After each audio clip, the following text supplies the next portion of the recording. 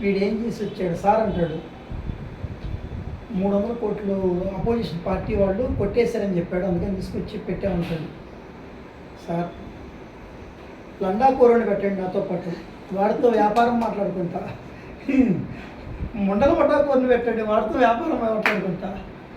అటు ఇటుగా వీడిని తీసుకొచ్చి పెట్టారు, నాకు వస్తాను నా బ్యారక్ మంచి తీసేయండి, నా గదిలో వీడొద్దు అంటాడు. నా దగ్గర వీడొద్దు, ఇంకో సెల్ల పెట్టండి అంటాడు. ఈ రోజున గురుతత్వం నుంచి మనం నేర్చుకున్నది ఏమిటి అసలు? గురు పూర్ణిమలో ఉన్నాము, సంపూర్ణత రావాలంటే ఏమి నేర్చుకోవాలి, దేనికి గురువుని అనుసరించాలి, ఆ గురువు ఏం చెప్తున్నాడు, ఎక్కడ తీసుకెళ్తున్నాడు గురువు అసలు? కొన్ని విషయాల గురించి విశ్వం యొక్క వాక్యం నేను పలకకూడదు అని అనుకున్నాను. పరిశీలించి స్వీయ పరిశీలన చేసినప్పుడు నువ్వు నాకేమి ఇచ్చావో అని క్వశ్చన్ చేస్తే నేను రైట్ రైలో చెప్తాను. జీరోతో శూన్యంతో నేను వర్క్ చేస్తున్నాను, సేవ చేస్తున్నాను, ఏది పొందకుండా. అంటే ప్రాణశక్తులు ఇచ్చింది విశ్వమే, అది మనందరి దగ్గర ఉంది.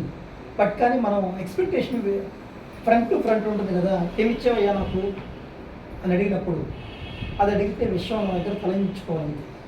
నేను తీసుకోవాలా, ఇవ్వాలి చైతన్యకి, ఇవ్వాలి వీళ్ళగారికి అని రిక్వెస్ట్ చేసి ఫార్వర్డ్ చేస్తానే కానీ నాకు ఇది ఇవ్వు అని తీసుకోవాలి. ఏం కావాలి గురువు నుంచి? సంపూర్ణత కావాలి అంటే, ఆనంద సచ్చిదానంద పరమానందాలు కావాలి అంటే, ఫుల్ఫిల్ అవ్వాలంటే పూర్ణిమ స్థితికి, గురు పూర్ణిమ స్థితికి మనం పోవాలి అంటే ఏం చేయాలి? దేనికి అడుగులేసాం ఇంతకాలం? దేని నిద్రపుచ్చాం ఇంతకాలం? దేనిలో అనుభూతి చెందాం ఇంతకాలం? దేనిని ఆస్వాదించాం ఇంతకాలం?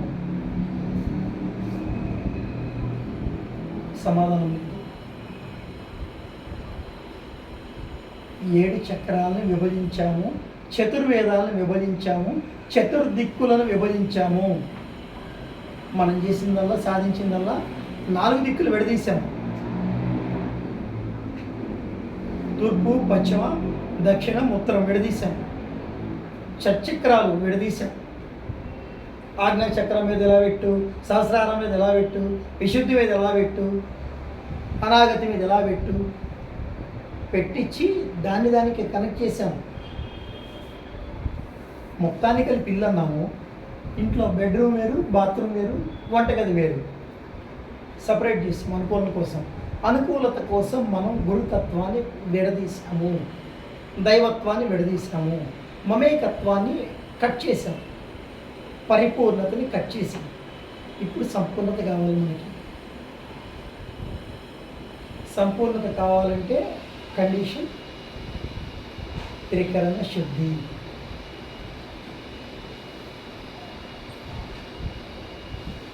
ఇక్కడ ఇంకొక షరతు ఉంది. త్రికరణ శుద్ధిగా ఉండాలి అంటే ఒక కండిషన్ ఉంటుంది. ఇది ప్రపంచంలో ఎవరిది లేదు. ఒక గుడికి వెళ్ళాము, ఒక హాస్పిటల్కి వెళ్ళాము, ఇవ్వడానికి వెళ్ళామా తెచ్చుకోవడానికి వెళ్ళామా? ఇచ్చి తెచ్చుకోవడానికి వెళ్ళాం.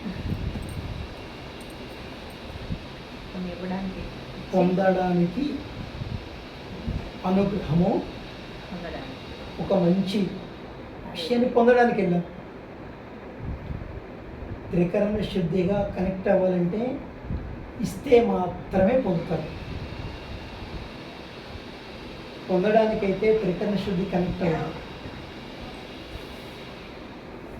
అర్థమవుతుందమ్మా?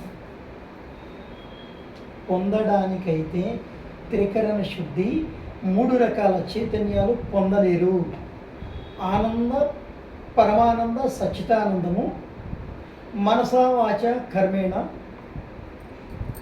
శరీరము, ప్రాణము, ఆత్మ, ఇవన్నీ పరిపూర్ణత రావాలి అంటే పొందడానికైతే జీవితకాలంలో పరిపూర్ణ కాలేదు. గౌతమ బుద్ధుడు ఎంచుకున్నాడు అధ్యయనం చేసి తెచ్చుకోవడానిక దేనికి వెళ్తున్నాం? తెచ్చుకోవడానికి లేదా? తెలిసే జ్ఞానాన్ని అందరికీ పంచడానికి వెళ్ళాను. సంథింగ్ ఉంది, దాన్ని తెలుసుకోవాలి. ఆదిశంకరాచార్యులు ఎందుకు వెళ్ళారు? తెలుసుకోవడానికి, తెలుసుకున్న దాన్ని పంచడానికి. సన్మార్గంలో ఉన్నటువంటి సంతులు ఎవరైనా చేసింది సంథింగ్ విశ్వంలో ఒకటి ఉంది, అది నేను ఐడెంటిఫై చేయాలి, ఐడెంటిఫై చేసిన దాన్ని షేర్ చేయాలి. వాళ్ళు పరిపూర్ణులయ్యారు, చరిత్రలో నిలిచిపోయారు. మనము మన తర్వాత మన పిల్లలకి ఇచ్చేసాము, ఆ పిల్లలు ఎలా వాడతారో తెలియదు, ఆ తర్వాత రాబోయే వాళ్ళు మనవాళ్ళు మనవరాళ్ళు వీళ్ళకి ఎలా వాడతారో తెలియదు, పేరు కూడా గుర్తుండదు.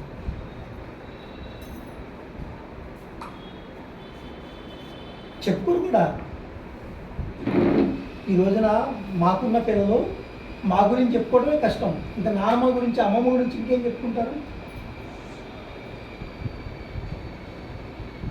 అదే సంపూర్ణమైతే, పరిపూర్ణమైతే వారి యొక్క రాబోయేటువంటి భవిష్యత్తు మొత్తం గుర్తుండిపోతుంది. మదర్ తెరీసా ఏమయ్యారు?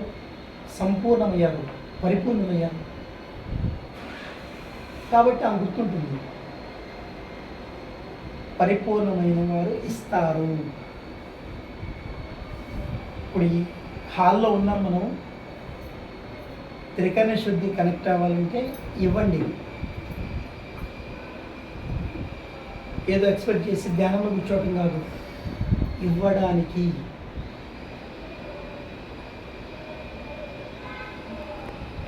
విశ్వానికి మనం ఏమిస్తున్నాము? మంచినా చెడునా?